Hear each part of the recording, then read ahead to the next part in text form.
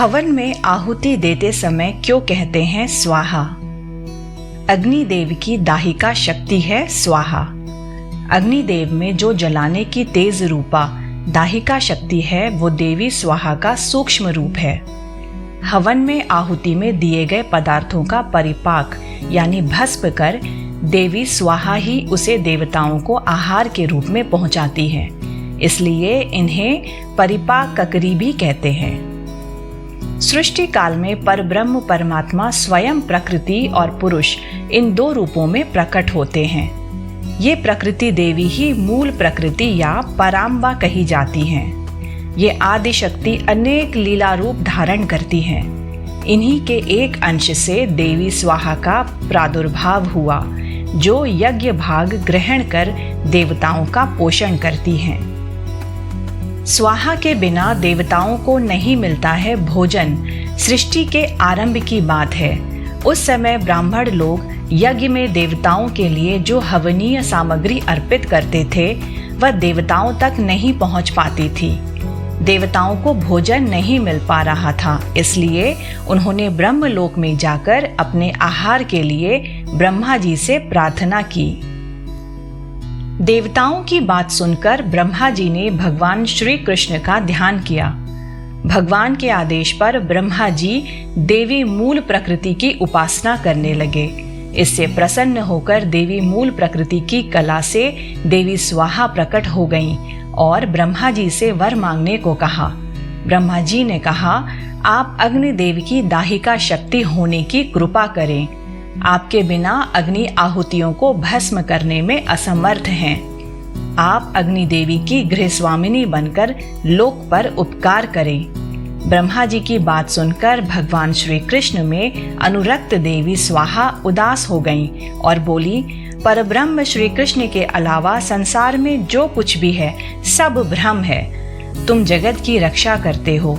शंकर ने मृत्यु पर विजय प्राप्त की है। शेषनाग संपूर्ण विश्व को धारण करते हैं। गणेश सभी देवताओं पे अग्र पूज्य हैं। ये सब उन भगवान श्री कृष्ण की उपासना का ही फल है। ये कहकर वे भगवान श्री कृष्ण को प्राप्त करने के लिए तपस्या करने चली गईं और वर्षों तक एक पैर पर खड़ी होकर उन्होंने तप किया। उनकी तपस्या से प्रसन्न होकर भगवान श्री कृष्ण प्रकट हो गए। देवी स्वाहा के तप के अभिप्राय को जानकर भगवान श्री कृष्ण ने कहा, तुम वाराह कल्प में मेरी प्रिया बनोगी और तुम्हारा नाम नागनजिती होगा। राजा नगजी तुम्हारे पिता होंगे। इस समय तुम दाहिका शक्ति से संपन्न होकर अग्निदेव की पत्नी बनो और देवताओं को संतृप्त करो। मेरे वरदान से तुम मंत्रों का अंग बनकर पूजा प्राप्त करोगी। जो मानव मंत्र के अंत में तुम्हारे नाम का उच्चारण करके देवताओं के लिए हवन पदार्थ अर्पण करेंगे वो देवताओं को सहज ही उपलब्ध हो जाएगा। देवी स्वाहा बनी अग्निदेव की पत्नी भगवान श्री कृष्ण की आज्ञा से अग्निदेव का देवी स्वाहा के साथ विवाह संस्कार हुआ। शक्ति और शक्तिमान के रूप में दोनों प्रतिष्ठित होकर जगत के कल्याण में लग गए। तब से ऋषि मुनि और ब्राह्मण मंत्रों के साथ स्वाहा का उच्चारण करके अग्नि में आहुति देने लगे और वो हव्य पदार्थ देवताओं को आहार के रूप में प्राप्त होने लगा। जो मनुष्य स्वाहा युक्त मंत्र का उच्चारण करता है उसे मंत्र पढ़ने मात्र से ही सिद्धि प्राप्त हो जाती है। स्वाहाहीन मंत्र से किया हुआ हवन कोई फल नहीं देता।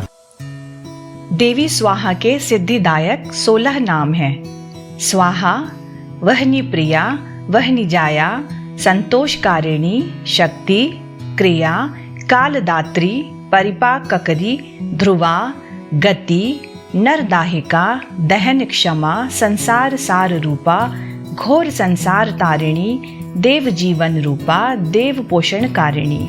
इन नामों के पाठ करने वाले मनुष्य का कोई भी शुभ कार्य अधूरा नहीं रहता। वो समस्त सिद्धियों व मनोकामनाओं को प्राप्त कर लेता है।